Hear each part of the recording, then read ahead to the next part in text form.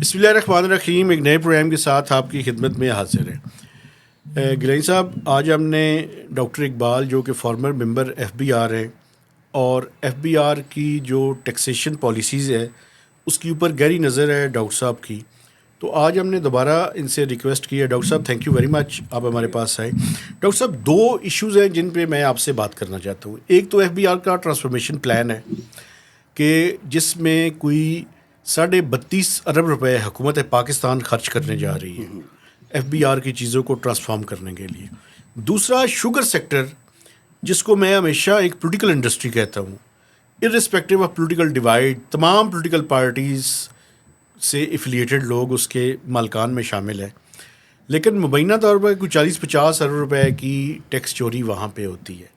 T T S اور ایک hopper solution کا نظام وہاں پہ لایا گیا.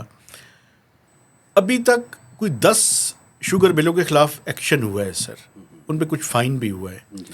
5 اور آئیڈینٹیفائی ایف بی آر نے کی ہوئی ہیں, ان کے خلاف کسی ٹائم بھی اطلاع آ سکتی ہے کہ ان کے خلاف ایکشن مزید ہوگا. تو سب سے پہلے تو میں آپ سے گزارش کرنا چاہتا ہوں, یہ شوگر سیکٹر جو ہے اس کے بارے میں آپ اپنے ایکسپیرینس کو سامنے رکھتے ہوئے بتائیں کہ اتنا سارا ٹیکنالوجیکل ایڈوانسمنٹ کے باوجود ہم بنیادی وہ جو مسئلہ ہے وہ حل نہیں کر سکے, اس کی وجہ کیا ہے؟ مہتاب صاحب, اس کی وجہ یہ ہے بیسیکلی تو یہ ایف بی آر کے لیے سوچنے والی بات ہے کہ جب ٹیکنالوجیکل سولوشنز اتنے ہم وہ فین فیئر کے ساتھ لائے ہیں تو اس کے بعد پھر یہ یعنی کہ فزیکل مانیٹرنگ بھی ہو رہی ہے, لوگ بھی وہاں بیٹھے ہوئے ہیں, پھر وہ جو سارا ٹریک اینڈ ٹریس سسٹم لگایا یا کیمرے لگائے, ویڈیو سرویلنس بھی اگر کی ہے تو پھر اس کا فائدہ کیا ہے؟ پہلے تو اس بات کا فیصلہ ہونا چاہیے کہ پہلے فزیکل مانیٹرنگ ہوتی تھی, اس سے ہم نتیجے پہ پہنچے کہ نہیں جی اس سے مسئلہ حل نہیں ہوتا. پھر ہم نے الیکٹرانک سرویلنس شروع کر دی, ٹھیک ہے, اس سے بھی مسئلہ حل نہیں ہو رہا. پھر دوبارہ فزیکل مانیٹرنگ پہ چلے گئے.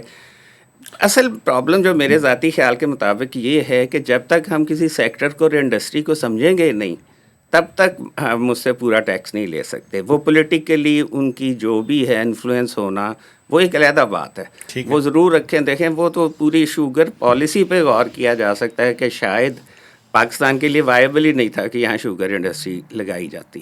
ہم اگر امپورٹ کر لیں تو وہ زیادہ ہم جو چیپر ریٹس پہ امپورٹ کر سکتے ہیں, لیکن باہر لگ گئی انڈسٹری, اس کی وجہ سے کوئی کاٹن گروئنگ ایریاز میں بھی کراپس بدل گئیں جس کا ہمیں نقصان ہوا. لیکن بہرحال وہ ساری چیزیں تو پولیٹیشینس کے ڈیسائیڈ کرنے کے لیے ہم انہیں چھوڑ دیتے ہیں.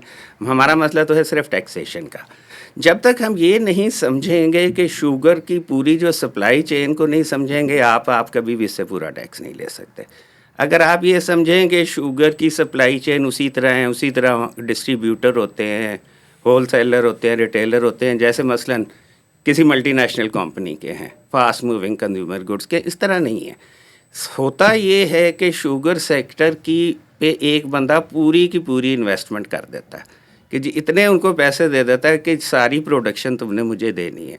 اور ایسے لوگ بھی ہیں جو ایک سے زیادہ شوگر ملوں میں انویسٹمنٹ کرتے ہیں اور ساری ان کی جو پروڈکشن ہے ان کی مرضی پہ ہونی ہوتی ہے, لیکن وہ خود نہیں خریدتا, وہ خود ڈسٹریبیوٹر نہیں ہوتا. نہیں, میں شوگر یہ جو پروڈیوس ہوتی ہے کرسٹلائن شوگر ہوتی ہے اس کی بات کر رہا ہوں. وہ خود نہیں خریدتا, وہ ایک دو ان کو پیسے دے دیتا ہے.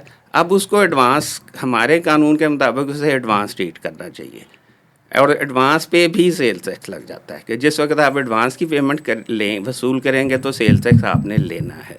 لیکن اس کو تو الٹیمیٹلی وہ شوگر سپلائی ہونی ہی نہیں ہے, انوائس اس کے نام پہ نہیں کٹنی. وہ بعد میں بیلنس پیسے بھجوائے گا مختلف اکاؤنٹ سے اور کہے گا کہ یہ فلاں بندے کو بھجوا دیں جو الٹیمیٹ بائر ہے. اب اگر اس پہ آپ ایگزسٹنگ اپنا قانون اپلائی کرنا چاہیں گے تو پورا سیکٹر بند ہو جائے گا. آپ کے لیے جو ضروری ہے, اور کسی بھی چیز کے لیے ضروری ہے, کہ پہلے آپ سیکٹر کو سمجھیں کہ اس سیکٹر کے ڈائنامکس کیا ہیں, اور ان لوگوں کو ساتھ بٹھائیں کہ جی ٹھیک ہے تم اپنی مرضی کے مطابق کاروبار چلانا چاہتے ہو, ضرور چلاؤ, تمہارا اپنا بزنس ماڈل ہے. ہمارا مقصد تمہارا بزنس ماڈل تباہ کرنا نہیں ہے, ہمارا مقصد تو ڈیو شیئر لینا ہے. تو اس کے ڈائنامکس کو سمجھیں اور پھر کوئی ایسی پالیسی اس سیکٹر اسپیسیفک ایک سیکٹر کے لیے کوئی آپ جب تک ڈیوائز نہیں کریں گے آپ کو ٹیکس نہیں ملے گا.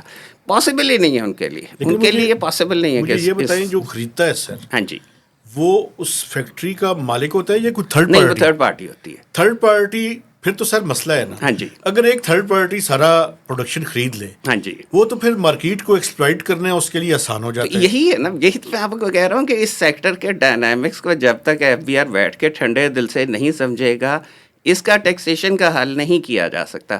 کیونکہ آپ جو ایگزسٹنگ قانون ہے نا وہ اس پہ اپلائی کریں گے تو وہ شوگر مل نہیں چل سکتی, نہ وہ شوگر مل چل سکتی ہے, نہ اس کی پوری سپلائی چین. لیکن کیا ٹی ٹی ایس بھی نہیں اس میں کوئی ہیلپ کر سکتی؟ ٹی ٹی ایس کا تو مقصد صرف یہ تھا نا کہ پروڈکشن کو آپ مانیٹر کریں کہ پروڈکشن کتنی ہو رہی ہے.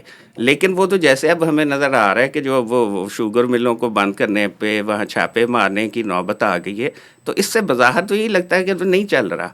اور وہ جو آپ ہوپر یا ہاپرز وہ بات کر رہے تھے وہ ٹی ٹی ایس کا ہی ایک ویریئنٹ ہے.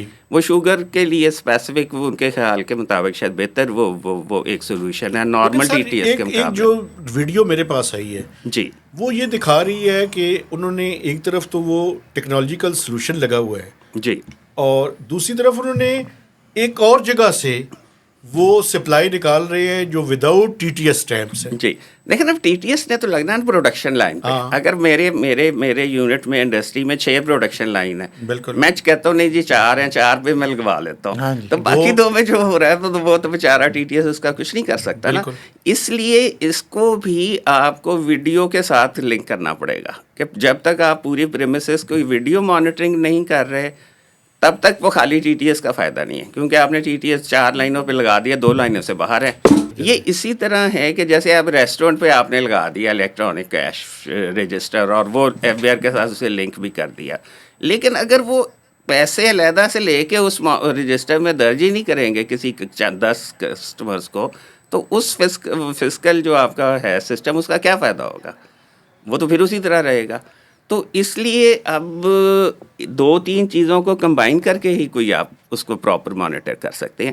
لیکن اگلا پرابلم جو میں آپ کو بتا رہا ہوں نا کہ اگر آپ ساری پروڈکشن ان کی گیج کرنی شروع کر دیں تو اس کے فردر جو کانسیکوینسز ہوں گے نا کہ وہ پروڈکشن جا کہاں رہی ہے. اصل پرابلم شوگر مل تو ڈاکومنٹڈ ایک چیز ہے, لیکن جو اس کے آگے جو نیچے سپلائی چین کے حصے ہیں نا, جو ریٹیلرز ہیں یا ہول سیلرز ہیں یا وہ جو ایک انویسٹر ہے جو میں نے آپ کو بتایا, وہ اس طرح سے آپ کے سسٹم میں اس طرح سے فالو نہیں کر سکتے. آپ کو کچھ نہ کچھ طریقہ ایسا کرنا پڑے گا کہ آپ سارا ٹیکس نہ مل کی سٹیج پہ لے لیں, آپ فی الحال جو باقی سپلائی چین ہے نا اس کو کچھ عرصے کے لیے اگنور کر لیں. آپ ریٹیل پرائس جو ہے جو ہمارا بیورو آف اسٹیٹسٹکس ہے وہ شوگر کی ایک ریٹیل سپلائی کے بارے میں آپ کو انفارمیشن دیتا ہے, تو آپ مل سے وہ لے لیں, وہ پورے کا پورا اس ادروائز فی الحال آپ مل سے لیتے ہیں کہ جو مل کی ایکس فیکٹری پرائس ہے. جی سر. اگر آپ اور بہت ساری چیزوں پہ ریٹیل پہ لے رہے ہیں مینوفیکچرر سے, اس سے بھی وہیں سے لے لیں اور ان کو کچھ ٹائم دے دیں کہ وہ اپنی پوری جو سپلائی چین ہے نا اس کو سیدھی کر لیں کسی طریقے سے ہمارے قانون کے مطابق. آپ کے لیے خیال میں کتنے عرصے میں یہ سیدھی ہو سکتی ہے سر؟ یہ تو بیسیکلی دیکھیں نا, وہ جو میں آپ کو بتا رہا ہوں کہ یہ سیدھی اس طریقے سے جو ہمارا باقی سیکٹرز میں جو ماڈل چلتا ہے اس طریقے سے شاید کبھی بھی نہیں ہوگی. آپ کو اس کے لیے اسی لیے تو ہم نے لاء میں گنجائش رکھی ہوئی نا کہ کچھ سیکٹرز کے لیے آپ اسپیسیفک کوئی چیزیں اسپیسیفک اسپیشل پروسیجر لا سکتے ہیں. تو آپ یا تو دیکھیں نا, آپ یہ طے کریں کہ آپ کا اصل مقصد کیا ہے. اصل مقصد کیا, ٹیکس لینا ہے جتنا بنتا ہے, یا کسی سیکٹر کو بند کرنا ہے. اگر بند کرنا مقصد ہے تو ٹھیک ہے, آپ جنرل لاء اپلائی کریں. جو ایف بی آر کے لوگوں سے میری بات ہوئی ہے نا سر, جی, وہ کہتے ہیں ہمارا کام سیکٹر کو بند کرنا نہیں ہے, جی, ہمارا کام ٹیکس وصول کرنا ہے. جی, تو انہوں نے کہا جی جو فیکٹریاں کچھ ہم نے بند کی ہیں, فائن کی ہیں, وہ فائن پے کریں تو ہم ان کو دوبارہ سے آپریٹ کرنے کی اجازت دے رہے ہیں.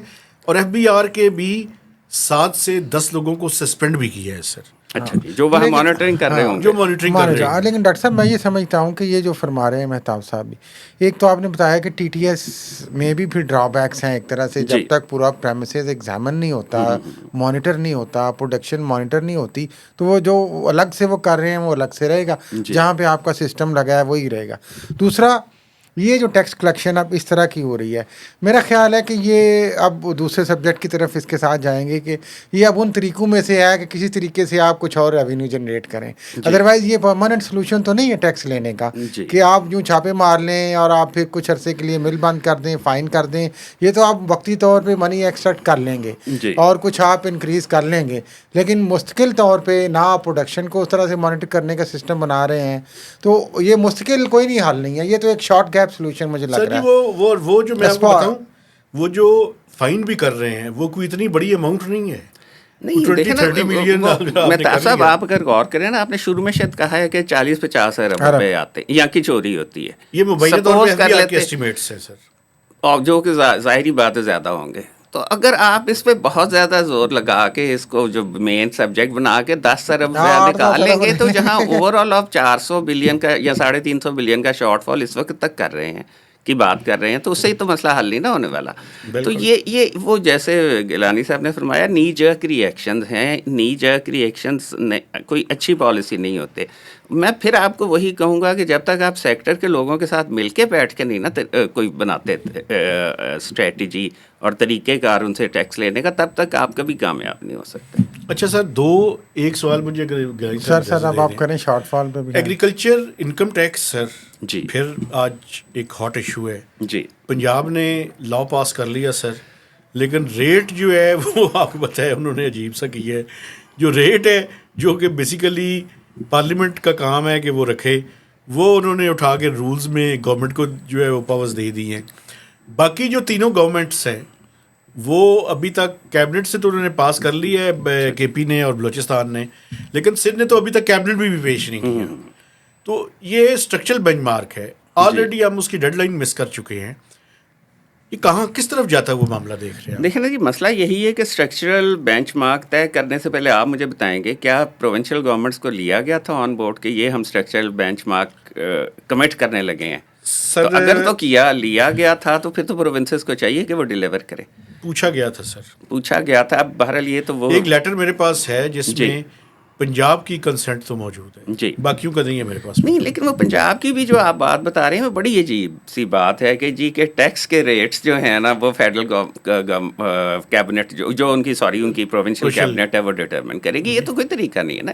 بیسک چیز تو ٹیکس کا کیا برڈن پڑنا ہے شہریوں پہ, وہ لا کے ذریعے ڈٹرمن ہونا چاہیے. وہ اسمبلی کو کرنا چاہیے. نو ٹیکسیشن وداؤٹ ریپرزنٹیشن, نو ٹیکسیشن وداؤٹ ریپرزنٹیشن ہے نا. تو یہ تو ٹیکسیشن, اب دیکھیں نا, ہم آرگیو کر سکتے ہیں کہ کیبنٹ میں بھی تو عوام کے ریپرزنٹیٹیو ہی ہوتے ہیں نا, زیادہ تر ہوتے ہیں, لیکن جب وہ کیبنٹ میں بیٹھے ہوتے ہیں تو پھر وہ پارلیمنٹ کا حصہ نہیں ہوتے, پھر وہ ایگزیکٹو کا حصہ ہوتے ہیں. تو یہ پارلیمنٹ یا اس کیس میں جو پروونشل اسمبلی ہے اپنا بیسک رائٹ جو ہے وہ کیسے دے سکتی ہے ایگزیکٹو کو یا کسی اور کو؟ اور دوسری بات یہ تو ان کے لیے سوچنے والی بات ہے. جی, اور دوسری بات یہ کہ ڈٹرمن کرنے سے پہلے بھی ڈاکٹر صاحب کیا کوئی اسٹڈی, کیا کوئی اسٹیٹسٹکس, کیا کوئی ڈیٹا رکھا گیا بھائی کہ ایوریج کراپ اتنی ہے, ایوریج انکم اتنی ہے, اتنا ہونا چاہیے؟ کوئی بحث ہوئی نہیں ہوئی, سیدھا 45% کا اعلان کر دیا. ہاں نہیں, سیدھا 45% تو بہت زیادہ. کل دیکھیں نا, اصل اس میں پرابلم یہ ہوگا کہ جب اربن سیکٹرز کی انکم ہوتی ہے تو اس میں تو خرچے سارے ڈٹرمن کرے گا کہ نیٹ انکم پہ پہنچتے ہیں. اب ایگریکلچر کے کیس میں بڑا مشکل کام ہوگا یہ انکم کو ڈٹرمن کرنا. میں نے تو شاید 1-2 دفعہ پہلے بھی کہا تھا کہ انیشلی ہمیں کوئی پر ایکڑ کی ہی ٹیکسیشن لمسم ٹائپ تاجروں والا جو سسٹم ہے. دیکھیں نا, ایک produce index units west Pakistan کے زمانے کے بنے ہوئے ہیں کہ ہر علاقے کی زمین کی جو زرخیزی ہے اس کے حساب سے اس کے پروڈیوس انڈیکس یونٹ ہیں. کوئی اس قسم کا فارمولا بنا کے ایک دم پاکستان کو کیلیفورنیا یا جو ہے نا ہم پیرس بنانے کی کوشش نہ کریں. آہستہ آہستہ اپنی ریالٹیز کو سمجھیں اور آہستہ آہستہ لے کے چلے لوگوں کو. ٹیکس کا نظام پیرس اور کیلیفورنیا کے مطابق نہ چلائیں. جی بالکل, ہم نہیں ہیں پیرس اور کیلیفورنیا, لیکن آئی ایم ایف کا سسٹم بھی تو چلانا ہے نا. آئی ایم ایف کو سمجھانا پڑتا ہے نا گیلانی صاحب. آئی ایم ایف کو آپ سمجھا سکتے ہیں اگر آپ دیکھیں نا, وہ ریشنل ریزن بیسڈ لوگ ہوتے ہیں, ان کے ساتھ اگر کوئی ریشنل آرگومنٹ کیا جائے نا تو میرا تجربہ تو یہ ہے کہ وہ مان جاتے ہیں. جی شارٹ فال پہ اب آ جائیں. اچھا سر, یہ مجھے بتائیں کہ یہ جو ایف بی آر کا ٹرانسفارمیشن پلان ہے, جی ایک جو ہے نا وہ ایف بی آر والے آپ کو پتہ ہے گاڑیاں بھی لے رہے ہیں. ویسے میں ان کی گاڑیوں کی حمایت کر رہا ہوں. جی بالکل صحیح. اس کی وجہ یہ ہے, لیکن پرووائڈیڈ کہ وہ گاڑیاں فیلڈ کے لوگ استعمال کریں. یہ نہ ہو کہ یہ جو اسلام آباد میں بابوز ہیں یہ ان گاڑیوں کو استعمال کرنا شروع کر دیں. تو ایک تو یہ ہے کہ اوور آل ٹرانسفارمیشن پلان جو ہے اس کا سر ایک پرابلم تو یہ ہے کہ یہ 32 یا 35 ارب روپے کے لگ بھگ کاسٹ ہے. جی ایک تو سرکار کا آپ کو پتہ ہے کہ اس کا ایک پروسیس ہے. اب پرائم منسٹر نے اپروول دے دی تو دوسرے دن پیسے نہیں آ جانے, جی وہ پروسیس میں ٹائم لگے گا. لیکن ایک نیریٹو یہ بلڈ ہو رہا ہے کہ ایف بی آر کو اتنے پیسے بھی دے دیے ہیں, پرفارمنس زیرو ہے. تو یہ مجھے سمجھ نہیں آئی، یہ پالیسی میکرز کی بھی سمجھ نہیں آ رہی مجھے، کر کیا رہے. گلان صاحب میری ناقص سمجھ کے مطابق تو گاڑیاں لے کے دینا ٹرانسفارم کرنا نہیں ہوتا. گاڑیاں تو ٹھیک ہے، ایک رائٹ ہے، اگر باقی سرکاری ملازموں کو ملی ہیں تو ان کو بھی مل جائیں، لیکن اس کو آپ ٹرانسفارمیشن کا اگر مین فیچر یہی ہے کہ ہم نے گاڑیاں لے کے دے دینی ہے تو پھر تو ایم سوری ٹو سے اس کا کوئی فائدہ نہیں ہوگا.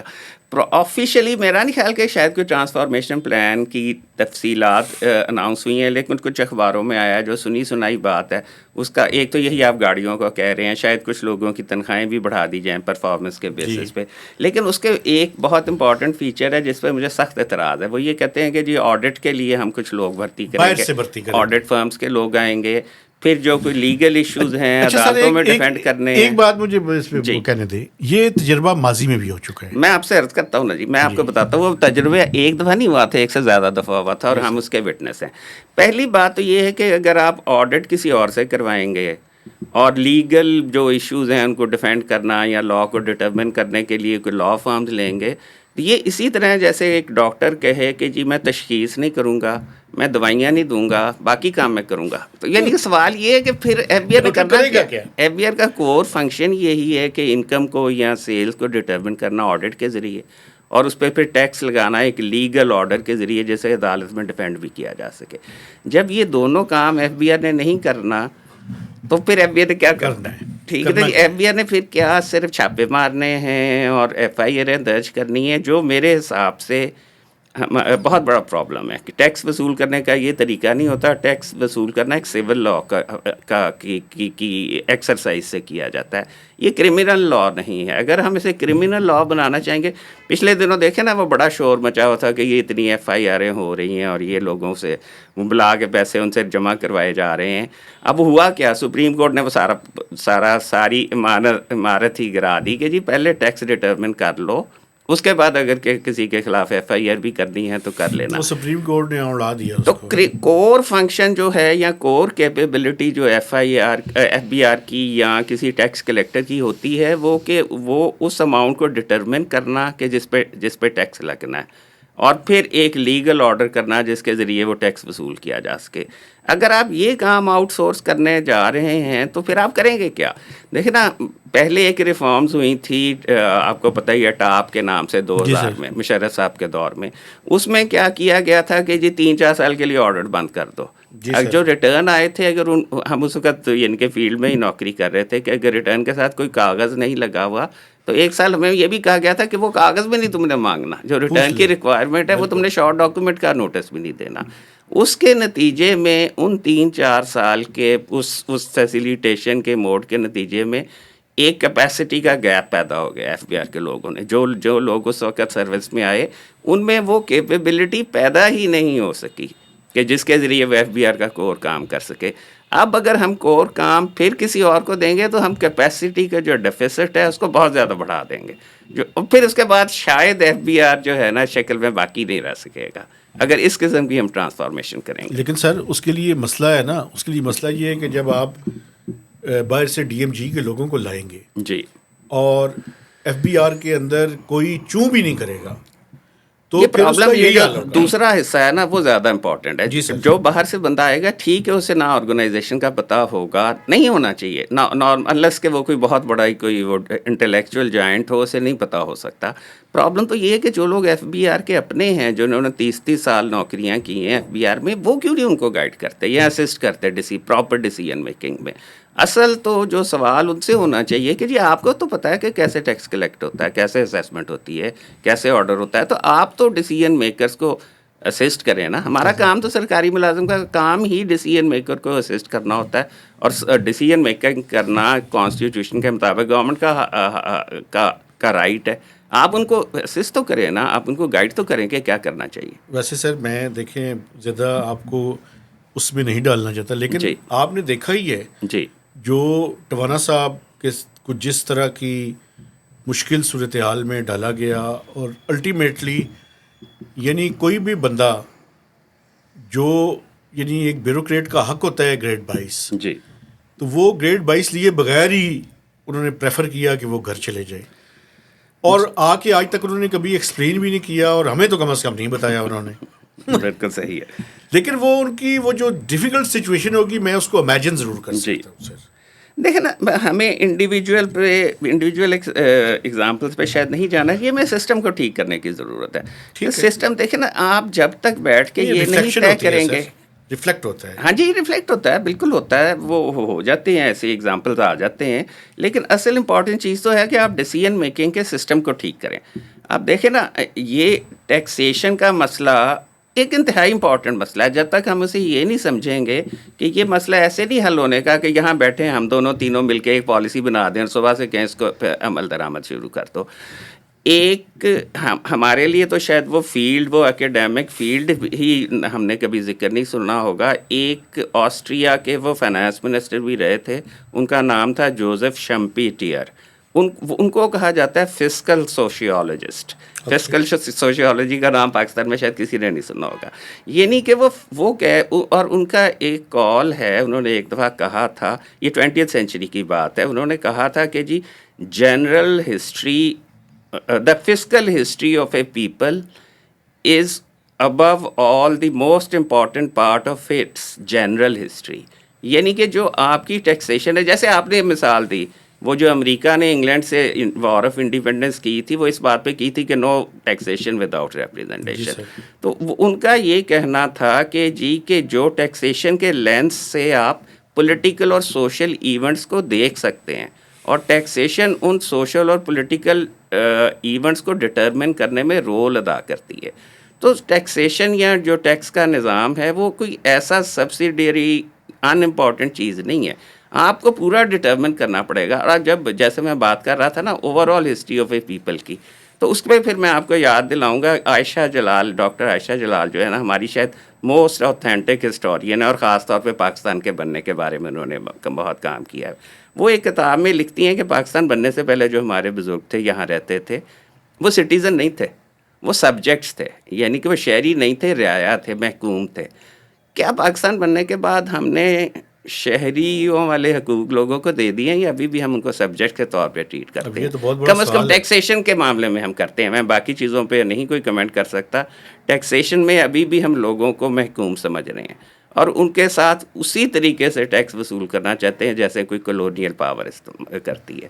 جو میں آپ سے پہلے بھی شوگر کے بارے میں بھی بات کر رہا تھا نا, کہ کنسلٹیشن سے آپ نظام بنائیں, چیزوں کو سمجھیں, لوگوں کے پرابلم سمجھیں. قانون کا مقصد صرف یہ نہیں ہوتا کہ آپ سرکار کو امپاور کر رہے ہوتے ہیں. قانون کا سب سے امپورٹنٹ مسئلہ یہ ہوتا ہے کہ عام شہری کے رائٹس کو آپ نے پروٹیکٹ کرنا ہوتا ہے, کیونکہ اسٹیٹ کے پاس تو بہت بڑی کوئرسو پاور ہوتی ہے, اس کے پاس منوپلی ہوتی ہے فزیکل فورس کے, شہری کے پاس نہیں ہوتی. تو قانون نے بیسیکلی شہری کے رائٹس کو پروٹیکٹ کرنا ہوتا ہے, اور ٹیکسیشن میں بھی شہری انوالو شہری. لیکن میرا خیال ہے یہاں پہ جو ڈبیٹ ہے اس میں ڈاکٹر صاحب ایک مسئلہ ایک سیاست بھی ہے جی, کیونکہ جس طرح کی اکانومی کی سچویشن ہے اور پولیٹیکل سچویشن ہے, ایک فرسٹریشن ہے جو ہم نے عمران خان کے دور میں بھی دیکھی کہ بھائی کچھ کرو جلدی, کچھ کر کے دکھاؤ. یہ ایک انڈیو پریشر بھی آتا ہے میرا خیال ہے اداروں پہ مشکل سیاسی صورتحال میں اور مشکل معاشی صورتحال میں, تاکہ اپنی جو پالیٹکس ہے اس کو سروائیو کر سکیں. دیکھیں گیلانی صاحب, اس میں یہ ہوتا ہے کہ جو لوگ کسی ادارے میں یا کسی آرگنائزیشن کی ٹاپ پوزیشن پہ ہوتے ہیں نا, ان میں پریشر برداشت کرنے کی صلاحیت ہونا بہت ضروری ہے. اگر وہ پریشر ان پہ ایک یعنی کہ ڈگری کا پریشر آیا اور وہ 4 ڈگریز انہوں نے نیچے کمیونیکیٹ کر دی, تو پھر وہ آرگنائزیشن نہیں چل سکتی. اگر اس پہ 1 ڈگری کا پریشر آیا نا, تو 0.1% آگے اسے ابزارو کرنا ہوتا ہے. یہ لیڈرشپ ہوتی ہے, آج کل یہ لیڈرشپ ہوتی ہے. اگر کوئی یہ نہیں کر رہا تو پھر وہ یعنی کہ لیڈرشپ کی جو کلاسیکل جو ہمارے ذہن میں پیراڈائم ہے اس کے مطابق نہیں. لیکن کیا سمجھتے ہیں پریشر ہے؟ پریشر رہتا ہے ہمیشہ, کیونکہ جیسے آپ نے کہا اس میں تو کوئی شک ہی کوئی نہیں ہے کہ IMF کے ساتھ ہم نے کچھ کمٹمنٹس کی ہوئی ہیں کہ اتنا ہم نے ٹیکس اکٹھا کرنا ہے. پہلا تو سٹیج وہ تھی کہ وہ کمٹمنٹ کیا کرنی چاہیے تھی یا نہیں, کہ وہ کس حد تک ہمیں کمٹ کرنا چاہیے تھا. جو آپ نے جو چیزیں ایزیوم کر دی.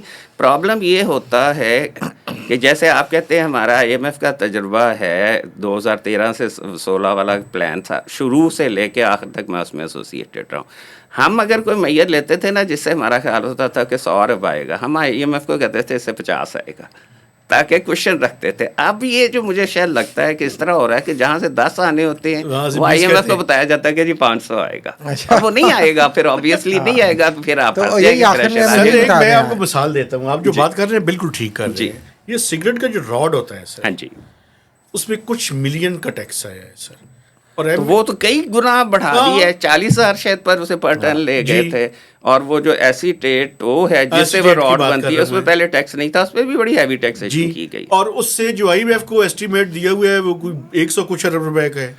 تو پھر بھی یہی بالکل آپ یہ اس طرح سے پریشر کو خود اپنے گھر کا راستہ دکھاتے ہیں اور اسے انوائٹ کرتے ہیں. اب آخر میں یہی بتا دیں کہ یہ جو ہم نے پریشر کو راستہ دکھا دیا ہے جی, اور اس کے باوجود ہمیں ایک مسلسل شارٹ فال نظر آ رہا ہے, اس کو شاید امید ہے کہ ادھر ادھر سے ہم پورا کر لیں, لیکن وہ فگرز تو ہم پوری کر لیں گے, لیکن کیا یہ سولوشن ہے یا اس کا آؤٹ کم کیا آپ دیکھتے ہیں؟ مجھے ایک فلم کا ڈائلاگ یاد آ گیا, کسی انگریزی فلم کا, جس میں اس نے کہا تھا کہ truth will set you free. جب تک ہم سچ نہیں بولنا سیکھیں گے نا, اپنے لوگوں کے ساتھ بھی, اپنے پارٹنرز کے ساتھ بھی, اپنے جن کے ساتھ ہم ڈیل کر رہے ہیں, جب تک سچ پہ نہیں آئیں گے تو کبھی مسئلہ نہیں حل ہوگا. جھوٹ کو آپ ایک جھوٹ کو کرنے کے لیے آپ کو 4 جھوٹ اور بولنے پڑیں گے. تو جب سیدھی بات ان کو بتائیں کہ بھئی یہ ہو سکتا ہے, یہ ہماری اکانومی میں اتنی سکت ہے, اتنا ہم ٹیکس کلیکٹ کر سکتے ہیں, اور اگر ہم اس سے زیادہ کرنے کی کوشش کریں گے تو ہم ایک وشیس سائیکل میں چلے جائیں گے. ہم اکانومی کو اور ڈیمیج کریں گے, اس سے پھر ٹیکس اور کم ہوگا, اس سے پھر اکانومی, پھر ہم اور زیادہ سختی کرنے کی کوشش کریں گے, پھر اکانومی کو ہم زیادہ اور زیادہ نقصان پہنچائیں گے. تو کہیں نہ کہیں ہمیں سچ پہ آنا پڑے گا. آپ کی اسیسمنٹ کیا ہے سر, کتنا شارٹ فال آپ دیکھ رہے ہیں؟ جو اب آپ لوگ فور کاسٹ کر رہے ہیں کہ جی 350 بلین تقریباً, میں شاید ایگزیکٹ اماؤنٹ نہ کہہ رہا ہوں, وہ تو ہو چکا ہے. اور دسمبر میں کیونکہ ٹارگیٹ بہت زیادہ ہوتا ہے, کیونکہ یہ وہ مہینہ ہوتا ہے جس میں ریٹرنز بھی آنے ہوتے ہیں, ایڈوانس ٹیکس بھی آنا ہوتا ہے. تو ایک تھوڑی سی بات بتا دوں, 6009 بلین کا ٹارگیٹ ہے بائی اینڈ دسمبر کا. اچھا جی, یہ ایگریڈ ہے, انڈیکیٹو ٹارگیٹ ہے IMF کے ساتھ جی, اور اس میں سے 1700 ارب روپے کا ابھی دسمبر میں آنا ہے, اوپر 1721 ہے کہ کتنا ہے جی. تو پھر تو دیکھیں نا, اس اگر ہم سپیڈ سے چلیں, اللہ کرے میں غلط میرا ایسٹیمیٹ ہو, میرے پاس کوئی نہیں ہے سسٹم ایسا کیلکولیشن کرنے کے, ایڈوانس قسم کے ٹولز نہیں ہے, تو اس حساب سے تو ہم سال میں 1000 ارب کا نقصان کرتے ہوئے نظر آ رہے ہیں نا جی, کم از کم 1000 اس کا نتیجہ کیا نکلے گا آپ کے خیال میں؟ شاید ایڈجسٹمنٹ تو کوئی ہو جائے, لیکن ایڈجسٹمنٹ پھر یہی ہوتی ہے نا اصل میں بیسیکلی نا. کبھی اگر ہم کبھی ٹارگیٹ سیٹنگ پہ اگر کبھی کریں نا گفتگو, تو میں آپ کو بتاتا ہوں ٹارگیٹ سیٹ ہوتا کیا ہے. اصولاً FBR نے کیا کلیکشن کرنی ہے, وہ ایک کچھ سائنٹیفک فارمولے موجود ہیں, ساری دنیا ان کو فالو کرتی ہے, ہمارے پاس بھی موجود ہیں. ہم FBR کا ٹارگیٹ اس طرح نہیں سیٹ کرتے.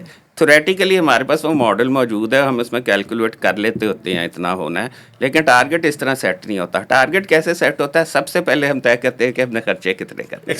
کچھ خرچے ہمارے انفلیکسیبل ہیں, ہم نے قرضوں کے پیسے واپس کرنے ہیں, ڈیفینس کا ہے, کچھ ضروری خرچے ہیں, بے نظیر انکم سپورٹ بھی شاید ضروری سمجھا جاتا ہے یا نہیں سمجھا جاتا, تو وہ ہم خرچہ طے کر لیتے ہیں. پھر ہم ایک آربیٹری فگر طے کرتے ہیں کہ جی ہم نے ڈیفیسٹ اس سال اتنا بتانا ہے, اتنے % ہم نے بتانا ہے. ٹھیک ہے نا جی. ایکویشن یہ بنتی ہے کہ ایک طرف خرچے آ جاتے ہیں, دوسری طرف آ جاتا ہے از ایکول ٹو ڈیفیسٹ ہم کہہ دیتے ہیں کہ یہ سال ہم نے شو کرنا ہے کہ ہم نے کم کرنا ہے, ہم نے اتنا ڈیفیسٹ رکھ دیا. اور پھر اس ایکویشن کی اس سائڈ کا جو دوسرا ایلیمنٹ رہتا ہے نا, وہ FBR کا ریونیو رہتا ہے, FBR اور نان ٹیکس وہ پھر جو ان دونوں کا ڈفرینس ہوتا ہے وہ اس میں ڈال دیا جاتا ہے, بغیر یہ دیکھے کہ یہ ہوگا یا نہیں ہوگا. ایک دفعہ بجٹ تو آپ پاس کر کے آخر میں آگے کیا دیکھتے ہیں آپ؟ آگے کیا مزید ٹیکس لگیں گے شارٹ فال کی صورت میں؟ IMF بجٹ تک کیا سچویشن آپ کو نظر آ رہی ہے؟ یہ تو دیکھنا ابھی پہلے تو آیا تھا کہ شاید IMF, بلکہ شاید کچھ دنوں کے لیے وہ آئے بھی تھے, لیکن پراپر ریویو ابھی انہوں نے کیا. یہ تو اب ان کی جو ہے نا, جو ان کی ہی ڈیمانڈ ہوگی, کیونکہ وہ دینے والا ہاتھ وہ ہے, وہ کیا کہ اب ہمیں وہ فارمولا پیش کرتے ہیں. لیکن میرا ذاتی خیال یہ ہے کہ گورنمنٹ کو یہ چاہیے کوشش کرنا کہ ان کو کہے کہ جی ہمیں اور ٹیکس نہ لگانے پہ مجبور کریں, کیونکہ اور ٹیکس لگانے سے مجبور کرنے سے نا, آپ دیکھیں کہ اس وقت جو ہے انڈسٹری کی گروتھ جو ہے وہ اس طرح سے نہیں ہو رہی. یہ جو ہم اس کو پازیٹیو ہی سمجھا جاتا ہے, یعنی کہ انفلیشن کا ریٹ کم ہو گیا ہے, لیکن ساتھ یہ بھی بتایا جاتا ہے کہ یہ گورنمنٹ کی اپنی پروجیکشن سے بھی زیادہ کم ہو گیا ہے. اس کی وجہ یہ کہ ڈیمانڈ ختم ہو گئی ہے آپ کی, آپ نے اتنا لوگوں کی اکانومی کو ہالٹ وہ جو ہے ڈیمانڈ ختم ہو گئی ہے، تو انفلیشن کہاں سے آئے گی؟ اب کسی اسٹور پہ آپ کو جا کے دیکھیں وہ ایک کے ساتھ دوسری چیز فری کر رہے ہیں، قیمتیں انہوں نے کم کی ہوئی ہیں.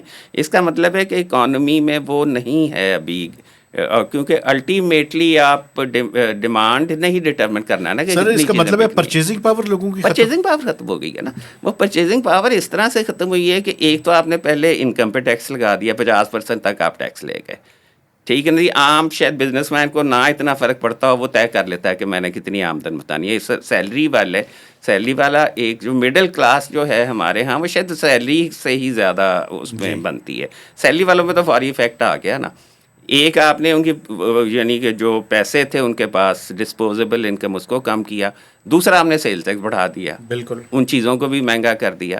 تو پھر نیچرلی جو پہلے 2 چیزیں خرید سکتا تھا وہ ایک خریدے گا، تو ڈیمانڈ کم ہوگی، اور جب ڈیمانڈ کم ہوگی تو پھر آپ کی پروڈکشن بھی کم سر ہوگی. ایک ذرا جلدی سے جواب دے دیں، یہ ریٹیلرز کا جو ایشو ہے سر، جی حکومت 2 مختلف قسم کے دعوے کر رہی ہے. اچھا جی. وہ کہتی ہے جی ریٹیلرز نے ٹیکس دینا شروع کر دیا ہے، لیکن وہ جو تاجر دوست اسکیم ہے اس میں نہیں دے رہے، ویسے وہ ریٹرن جمع کروا رہے ہیں اور پیسے یہ تو دیکھیں نا، ایک پلان بی ہوتا ہے نا کہ جی آپ ایک فال بیک آپشن ہے کہ جی آپ نے پہلے کمٹمنٹ کی کہ ہم یہ تاجر دو اسکیم سے اتنے لے آئیں گے، پھر آپ وہ جب نہ ہو سکے، دیکھیں نا جب کسی بچے کا پیپر خراب ہو جاتا ہے تو پھر وہ بہانے بتاتا ہے کہ جی میرا جب سر درد ہونا لگ گیا تھا، میرا بڑا ہو گیا، وہ وہاں ساتھ والے تنگ کر رہے تھے. تو یہ اس قسم کی چیزیں ہیں. اصل مقصد تو آپ کا یہ نہیں تھا. اگر اصل مقصد یہ تھا آپ نے اس طرح سے ٹیکس لینا تھا تو پھر تاجر تو اس کی کو اتنے نہ لاتے، آپ اسی طرح سے کرتے یہ. اور اگر الٹیمیٹلی دیکھیں نا تو یہ شاید ٹھیک پالیسی ہے کہ آپ اس طرح سے ٹیکس لے لیں کہ جب وہ لوگ اس طرح سے سسٹم میں آنے پہ تیار نہیں ہیں، آپ وہ جو 236 GEH ہے اس کی صورت میں ٹیکس لے لیں. کیا ہم کہہ سکتے ہیں آخر میں جی سیاسی نمبر بازی تو ہم کر رہے ہیں انفلیشن کا جس طرح آپ نے ذکر کیا، لیکن پریکٹیکلی معاشی طور پہ صورتحال کچھ بہتر ہمیں نظر نہیں آ رہی ہے ابھی گراؤنڈ پہ. کیونکہ دیکھیں نا الٹیمیٹلی وہ ڈپینڈ اسی چیز پہ کرتا ہے کہ آپ نے معاشی صورتحال کو ڈٹرمن کس سے کرنا ہے، آپ نے کس فٹ سے یا کس انچی ٹیپ سے اس کو ناپنا ہے. اگر آپ نے اس کو ناپنا ہے اسٹاک مارکیٹ سے تو پھر تو آپ کہیں گے کہ جناب بہت ترقی کر رہی ہے. لیکن اگر آپ ایک عام آدمی کی زندگی سے ڈٹرمن کر کے، یہ وہی بات ہے، یہ بات پھر وہی آئے گی کہ آپ پاکستانیوں کو شہری سمجھتے ہیں یا رعایا سمجھتے ہیں. اگر آپ شہری سمجھتے ہیں تو جب تک شہری کی ویلفیئر نہیں ہوگی تب تک ہمیں آرام سے نہیں بیٹھنا چاہیے کہ اکانومی ہماری ٹھیک چل رہی ہے. جب شہری کو بینیفٹ ملنے لگ جائیں گے تب میں کہوں گا کہ جی اکانومی صحیح. سر ڈاکٹر صاحب thank you very much, welcome جی، اٹس انجوائیبل. شکریہ. بڑا ہمیشہ آپ سے جب بھی بات ہوتی ہے آپ ہمیشہ سکھاتے ہیں ہمیں. تو ڈاکٹر صاحب تھینک یو ویری مچ. میں اپنے دیکھنے والوں سے گزارش کروں گا کہ آپ نے ہمارے چینل کو سبسکرائب کرنا ہے، اس کی شیئرنگ کرنی ہے اور میکسیمم اس کے اوپر کمنٹس بھی دینے ہیں. تو اجازت دیجیے، اللہ حافظ.